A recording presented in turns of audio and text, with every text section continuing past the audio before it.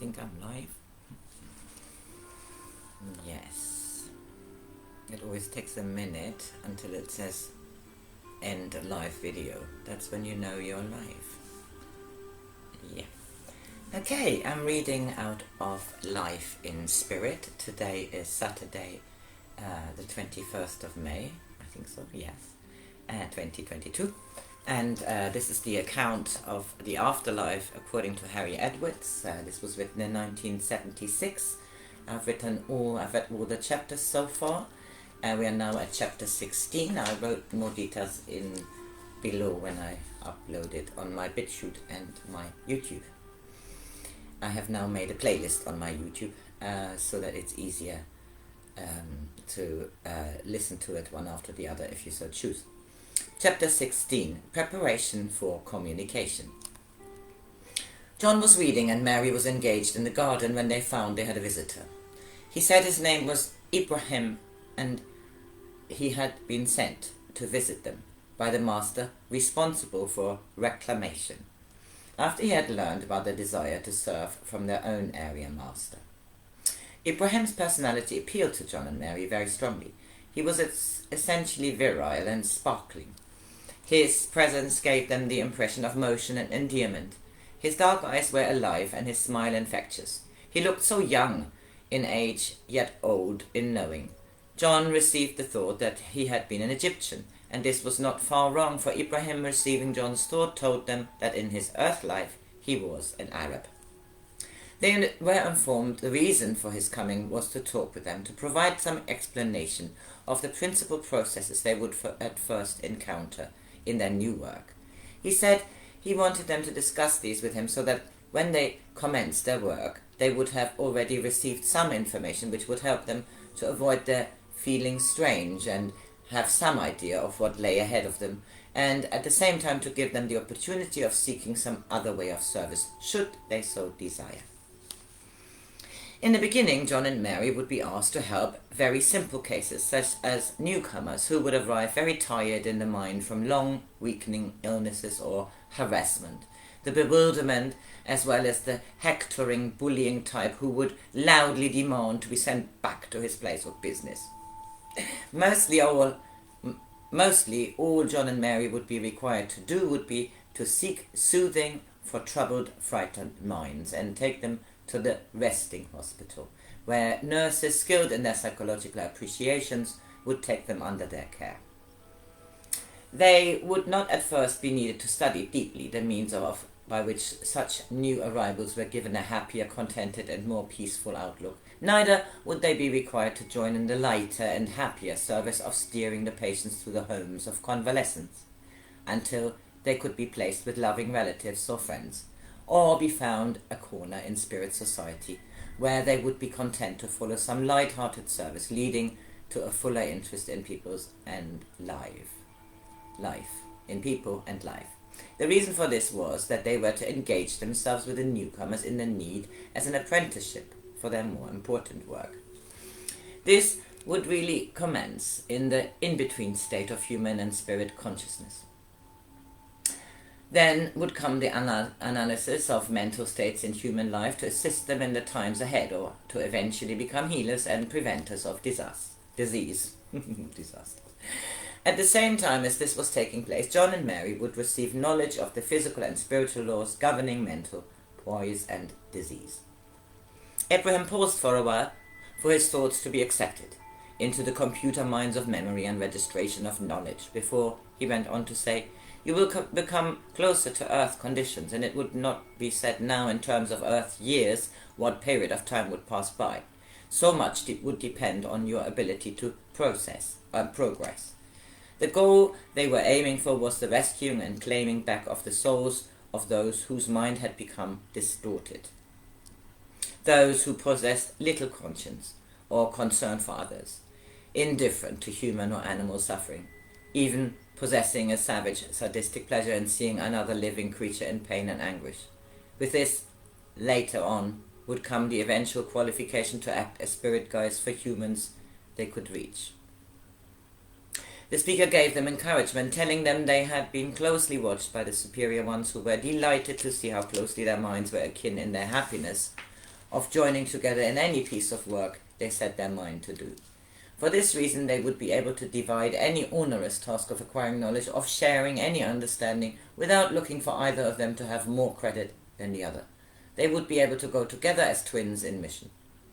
Twin souls, I suppose. From the beginning, it would be good if they would seek the art of attunement with those they were helping and on arrival, so as to learn the art of reading not only the thought of the sick, but the more hidden desires, ambitions, and intentions. Such a faculty would be invaluable when they entered upon their greater work. It was explained how John and Mary did this naturally between themselves whenever there was need. It only really ceased when one of them retreated into himself or herself for the enjoyment of personal meditation and appreciation of some aspect of thought or the seeking of a desire. You know that the act of promoting a thought employs an ordered force, which can carry the thought vibration to the receiver, that is, providing the sender and receiver are known to each other. When Mary received the thought message about the concert, this was a general broadcast of thought, available to all persons to whom the purport of the message would be of interest. In spirit life, the conveyance of positive thought messages or conversations is an orderly affair. Should a friend's mind become disturbed, then this would be immediately noted, and those best able to soothe and calm the upset mind would take immediate action.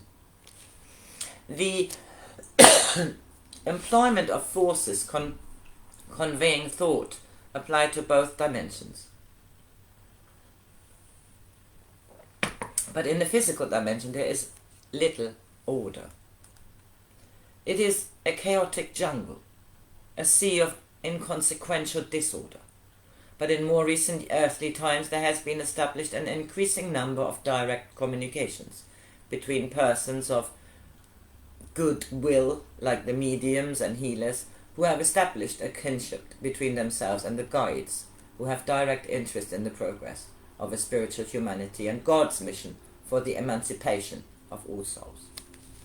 My thoughts are not recorded. Casual impressions or inconsequent things are not recorded. For example, when you sit down, you're conscious of so doing. The sense of touch nerve carries to the computer brain the information, and it ceases to become a recordable need. On the contrary, if a common green fly walks along a single hair of the head, then this, being unusual, becomes a positive experience of the mind. Unimportant thoughts of this nature and others dealing with the desires of the physical body and its comfort can perhaps be described as domestic thoughts, and these would not register further. Thoughts are not words. They only clothe the thought for recognition by the one whose knowledge of the appreciative words can give a form of recognition to the mind and consciousness. If it is the purpose to send out the thought for the warmth of the sun or water, the energy form is precisely the same, no matter who the originator of the thought may be, a pygmy or a professor. The recipient of the energy form would immediately recognize the radiation and clothe it in a word, so that his mind would know what is intended. This implies the computer brain must store within its memory banks a recognition of the forms of thought energy related to objects, art, etc. And there's no need for words. In fact, a library of interpretations of thought energy. This is illustrated by the sound energy vibration of, say, the musical note of a high C, being recognized by the computer and informing the mind that this is the high C, as in the note. There are two further examples in earth life. One speak with another on the other side of the globe by means of electrically formed vibrations traveling by wire, which will then be converted into sound radiations, purposefully distorted for privacy, and on reaching its destination, the distortion will be removed. The radiation changes back into electric impulses and the message written down and conveyed by telegram or telephone. A variation of this is man's ability to send a stream of energy radiation in the form of words and moving pictures to a satellite, orbiting several hundred miles away in the stratosphere, not only to unerringly find the satellite, but to bounce back the radiation at such precise angle that they can be received on the other side of the planet within 1 second of time. The point of these references is to illustrate how, within the limitation of the physical dimension, so much has been achieved in the manipulations of energy, act which excel by far the utmost dreams of a savant living less than 1 generation ago. Therefore, when you learn of the ability of our doctors in spirit life to use thought forces to a far greater extent, this is not unreasonable.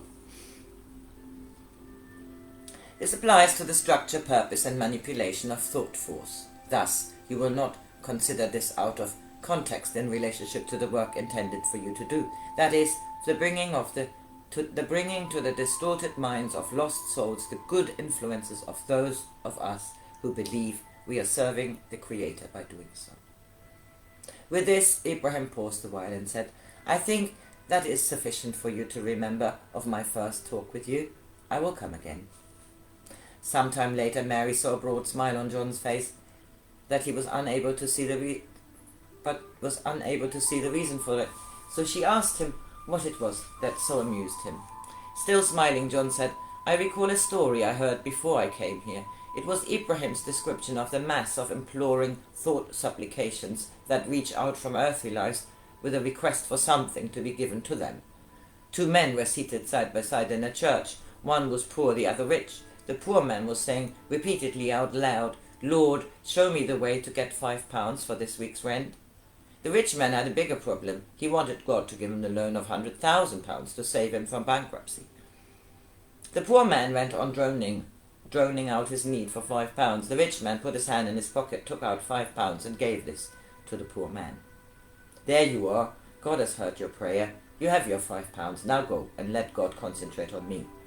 When the poor man had gone, the rich man then looked up to heaven and said, Now, Father, I would like your undivided attention. It was not long before Abraham presented himself to his listeners again. He was gratified to see that both John and Mary had understood the meaning of that which he had just told them. He said, Once the brain computer has accepted and appreciated a thought picture, it remains and cannot be lost in spirit life, because there can be no tiredness or forgetfulness here. You will both need to acquire the art of attunement with human minds, for this is the essential factor in helping humans. They all need this, especially those who have reached a high state of material importance, for invariably they have much to unlearn when they arrive here. When a human of good intent desires to establish an affinity with us, he needs to allow the physical side of his mind to go into the descendant, while he encourages his spiritual mind to become ascendant by the means of meditating on the higher things of life. His thoughts will dwell upon kindness, perfection, beauty, freedom from stress, seeking comfort and healing to reach those he knew who are in pain and sickness, or those who are sorely distressed in mind, the worried and the fearful, as well as those who are in need of inner strength and comfort.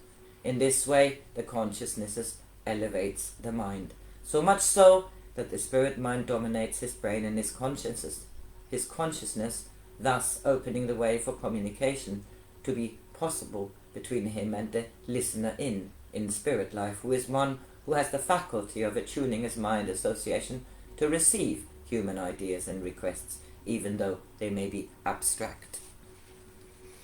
When you commence seeking attunement with humans, you will need to allow your mind to travel in the opposite direction. Instead of looking upwards to beauty and perfection, you will let your mind look downwards into the past to meet that which has gone before, to come forward towards you, to allow the quality of your mind to descend to a lower level.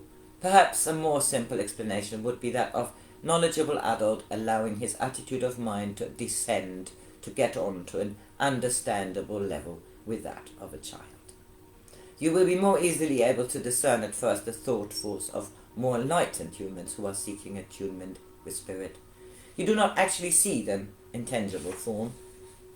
It is more a state of awareness of receiving a flow of thought impression intuitively. As you have discovered the means whereby you can talk with others without the need for words, so you have found out the art of allowing your thought to take form with all its necessary detail for your communicant to accept the thought theme or picture you wish to convey. He will not or should not interrupt until it becomes aware that you are expecting his reply. In this way, you will receive your communicant message, and you will give your reply in a similar manner. You're aware that communication is not just a cold message of words, but more of a picture in colors which your mind sees and desires to convey. You would not, for instance, try to describe the color of an article as pink. The energy representation of the correct shade of pink would be incorporated within your message. As you saw the picture of a rose within your consciousness, so this could be received by your friend's consciousness in a true pictured form through your attunement with him or her. So it will be when you receive your first message from a human. At first it is likely to be faint, smudged, lacking clarity, failing in strength, or even to disappear and then return dimly. As in other things, you will need experience of usage. You will meet good communicants and poor ones. When you enter into this field of work, you will not be alone. Just as you have learned the way to appreciate color, poorly at first, and then later learn to discover the greater richness and feeling contained within that color, so you will improve your ability of perception. The one who is helping you will act as a twin mind, so that which appears indecipherable becomes clearer and bright as your mind becomes focused more precisely. It is considered by the masters you will make apt pupils, and that is why I have been asked to come and prepare you by giving you a little pre-knowledge of situations and problems you will encounter. When in the time to come you become the guide of a worthy human soul, the art of attunement will become a second nature to you and your Shila student. You may even become a little more of yourself than himself. Before you reach that state of change, your preliminary work will occupy both of you, working together in a more difficult manner. You will need to allow yourselves to get closer to earth conditions. Mental cries for help will come, distorted, lacking in continuity and with no ordered thought flow. It will be rather jumbled, tortured, spasmodic emissions. This applies more to seekers for help from fear and remorse. A more directive thought request may come from a person seeking healing for himself or care for a loved one. Ibrahim went on, you will be taken to an attunement retreat where you will be encouraged to allow yourselves to receive the faculty of inner attunement. This will stand you in good stead, enabling you to perceive more clearly than you have before. Perception of the art and craft, even flowers, will become more alive to you. Attunement proceeds in both directions. Firstly, for that which is pure and good, a state of closer oneness with the essence of goodness, which is divine, and the opposite, the more profane and earthly states of ugliness and evil. In this way, you will receive spiritual strength, which will be your armor against the emissaries of evil who will be working against you. Supporting you will be the forces of goodness, and the intensity of these are stronger than those which are evil. When there is a contest between good and evil for the soul of an unfortunate, you, representing the force for good, will be the strongest, but the weakness will rest with the sick one, for we are not permitted to use force or cunning misinterpretation, and should the sick one be persuaded by the darker side to travel that way, then our laws will not permit us to use any force to hold him back.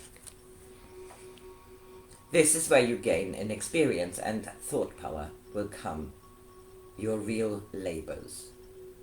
On most occasions you should succeed, but even the strongest of our teachers do not always succeed in the tug of war for a soul.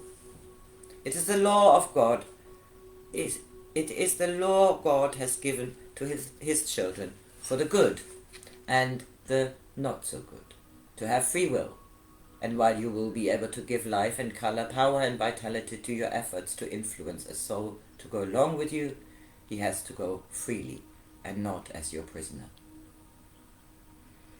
There is a balance in these things. If in a contest the darker side, seeing you working possibly on or with a sick mind, strengthen the evil forces against you, then there will come to you a balanced support equal to the other to help you in your efforts to win the threatened soul over to spirit.